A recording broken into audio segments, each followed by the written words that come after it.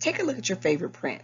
It could be a blouse or a shirt or a great pair of patterned shorts, and think about the color and the texture that's in it, the weave of the knit, just the art of the print. I am a print person. I love prints.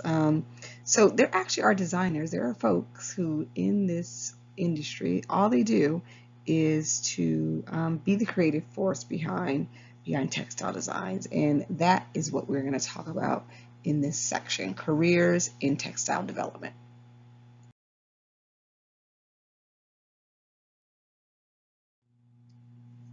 Before we even talk about textile design, let's talk about a couple of key terms that I'll be referring to throughout this lecture. So a textile designer creates original designs for fabrics that are used in all sorts of industries. So just not for apparel, but also for home goods or home fashion. So upholstery and bedding and towels, all of those things. So they create designs for fabrics that are used in all sorts of industries. And this person understands how to combine visual arts with technical usage. So really what textile design is just that process of creating patterns and motifs and interest for knitted or woven garments or printed fabrics. And patterns and print designs are evaluated in the terms of how they can be combined during printing. So can we knit and weave and put a print in all at the same time?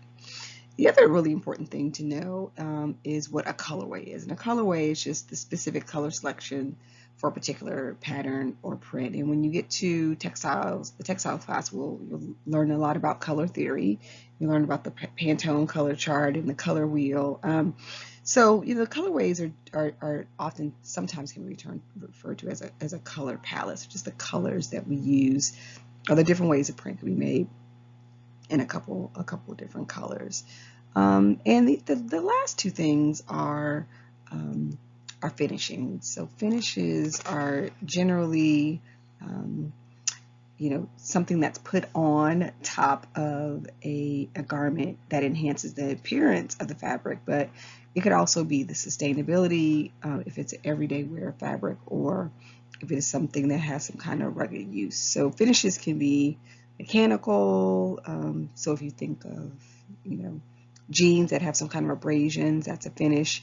They could be chemical. So again, if we talk about denim, it could be acid wash, or it could be a combination of the two. So you could have a denim garment that has an abrasion and some type of wash on it as well. So finish is just prepare the garment for further use. Okay, so there are general finishes, and then there are some functional finishes as well. And those functional finishes add special characteristics like waterproofing or flocking.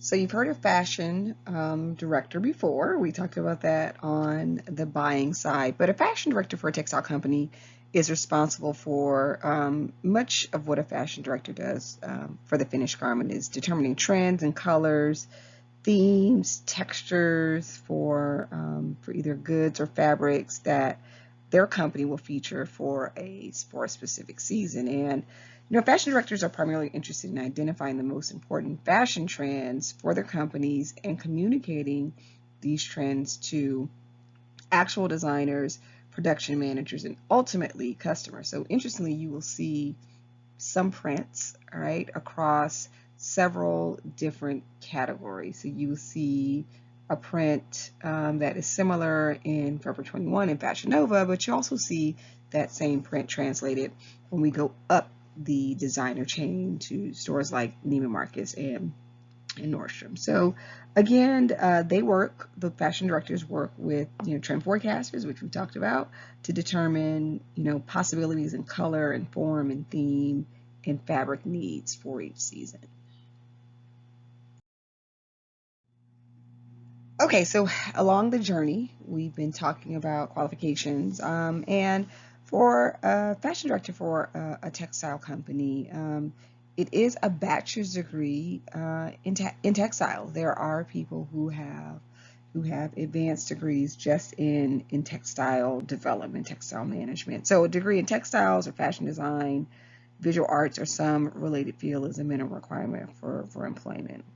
Again, the majority of fashion directors, we've talked about anybody with the job title director behind it, they move up the ladder from within, from a lower level position. So they make their way up. Many of them, were textile designers, and they moved to product developers or buyers, or actual fashion directors before moving into just textile production, textile director production. Textiles, it's a very specific job. Some of the personal characteristics that they need to have is that of a trend forecaster, right? That curiosity, that forward thinkingness, those strong communication skills, that strong visual sensibility and leadership abilities.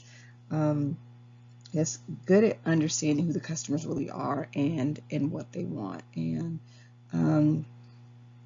just those being able to work with a variety of folks underneath them as well. So anywhere from designers to production assistants to artists and technical assistants. So what are some of the challenges, though? The challenges is, two key things: getting the job and keeping the job. And fashion directors are expected to have a strong foundation of work experience in the industry. So that does take time and skill and effort that will get you promoted through a bunch of positions. And we talked about the expertise that trend forecasters need to have. Textile designers, kind of have to have that same thing. They have to be promoted through a variety of positions. So a technical designer. So the image that we saw on the previous screen was a technical design, to product development and buyer. And as always, the best and brightest, climb quickly up the ladder. But once they're in a position, there's a whole lot of pressure, a whole host of pressure that pressure to be right? So to be right about color and pattern and style and themes or trends. So, for example, if a fashion director determines that olive green, military green is a color for a season and it bombs at the retail level, then the company will lose a great deal of money, and they don't want to do that. So they really have to have, as we've been talking about, that crystal ball, right? They need that crystal ball. So, if their direction costs the company money, they will be looking for a new job. So it does take a person with a solid educational foundation in textiles, a well-balanced personality, and somebody with excellent communication skills to really excel in this position.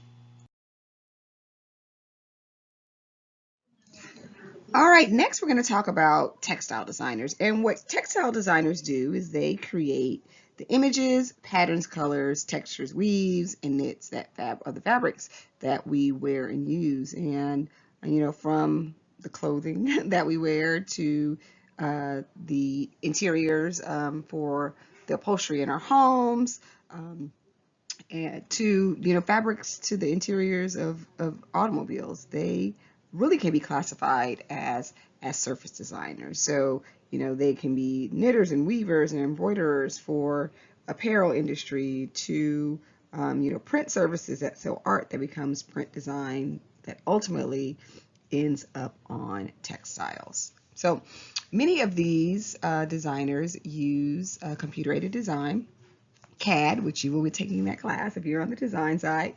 Use computer-aided design, which is just that process of developing garments or prints. And they do that. They develop the croquis that we see here, the image that we see on the right-hand side, and it's just a miniature visual of textile pattern or a print for a garment. So they work in, like I said, a range of fashion-related industries, and for many of them, many work for actual companies that are textile pattern designers, but oftentimes they also work as freelancers to help produce some of the textiles that we see in our everyday lives. Computer-aided design has greatly influenced the textile industry and the pattern industry, and it's just that process of developing garments and prints and patterns on a computer. And it provides, using computer-aided design, provides faster, more varied, and more personalized designs in textiles than were possible previously. And one of the companies that provides, you'll be taking a class, so one of the companies that provides this information is Lectra, that offers optimized processing to the fashion industry through these integrated computer technologies. And advances in CAD has offered unlimited creative opportunities in designers. So for instance, a customer can, get a photograph of their animal, transfer it onto canvas, or, you can get a Parisian street image that can be scanned and printed on the fabric that can become, some home textiles. So once the pattern or print is developed by using CAD, a strike off is produced by the textile manufacturer. And a strike off is just a sample of a printed fabric made to show, verify color and pattern before going into large scale production. Okay, so in order to get that that computer aided design experience, you will have to take some classes. So generally, textile designers have a bachelor's degree in fashion design, visual arts, or graphic design, which all have a strong foundation in computer-aided design. So they take introductory level advanced classes in computer-aided design. So that educational piece is really important, along with ongoing professional development as new technologies emerge. And we also talked about in the previous slide the croquis, which is just a rendering of that textile pattern. So, the textile designer must have these skills and abilities in order to be effective at their job. So, bachelor's degree in education is really important. Experience, on the other hand, generally, a textile designer has started as an assistant textile designer, so much like buyer, assistant buyer, and they help the textile designer accomplish all of their daily tasks by being a support system. And when we've been talking about experience or qualifications or career challenges, the most important characteristic in a textile designer is somebody that is, unbelievably creative. So they're forward thinking and creative, and they always have, a forward thinking attitude. And they also are, business oriented and technically savvy.